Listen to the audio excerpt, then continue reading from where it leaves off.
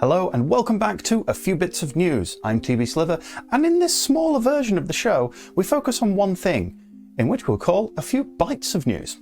So let's get into it. E3 and Summer Games Fest has officially ended. Yes, that screaming you can hear is in fact Kremlik recovering from it. Don't worry, we've settled him down with something. Perhaps we'll need something stronger. Anyway, throughout the next 2 weeks, these shortish videos will be going through the major events. First we'll be covering the Guerrilla Collective, which saw its first of 2 streams on Saturday 5th of June.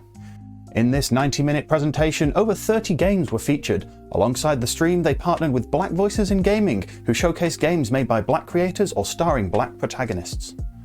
The second of the collective streams, which was shown the following Saturday 12th, the second day of the main events, showing off a few more exclusives, but mostly new platform releases for existing titles. For that stream they partnered with Wholesome Games, who focused on the more cozy and wholesome indie titles, which their own showcase had. Am I reading this right? 70 games on show! Instead of going over all the games from both events, which would drive a certain writer mad and my voice hoarse, myself and Krem have picked out ones that piqued our interests. Trifox, a twin-stick shooter featuring 3 classes, Warrior, Mage and Engineer.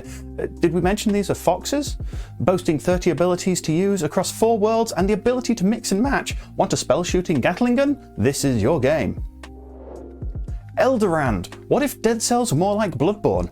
This is that game. This Metroidvania invites you to explore its world in a skill-based focused combat system with a lot of loot to find. The devs don't give a lot more details, but it's really good pixel art. Fire Tonight. Set in the before times of 1990, this 3D narrative puzzle game has you playing Maya and Devin, whose phone call gets interrupted by the city being on fire. Maya makes her way to Devin through the chaos, while Devin reminisces trapped at home. Inspired by Information Society's song of the same name, and with all that fire, of course Krem had to put it on this list. Azure Striker Gunvolt 3, another of Krem's choices. This Mega Man Zero inspired game's third outing didn't feature too much in the trailer, other than a new character, but it seems to have Krem very happy to see this indie series continuing. Chernobylite, one of my choices, a first-person horror survival RPG with hints of Half-Life, set in a 3D scanned Pripyat where you scavenge your way through the ruins, make a team and reveal the secrets behind what has been going on, with a time-based twist. Endling, play as the last mother fox, surviving and keeping your cubs alive in a thought-provoking game where humanity has destroyed most of the resources needed to stay alive. Sneak your way past traps and enemies with the help of your powerful nose to try and find the last safe place on Earth.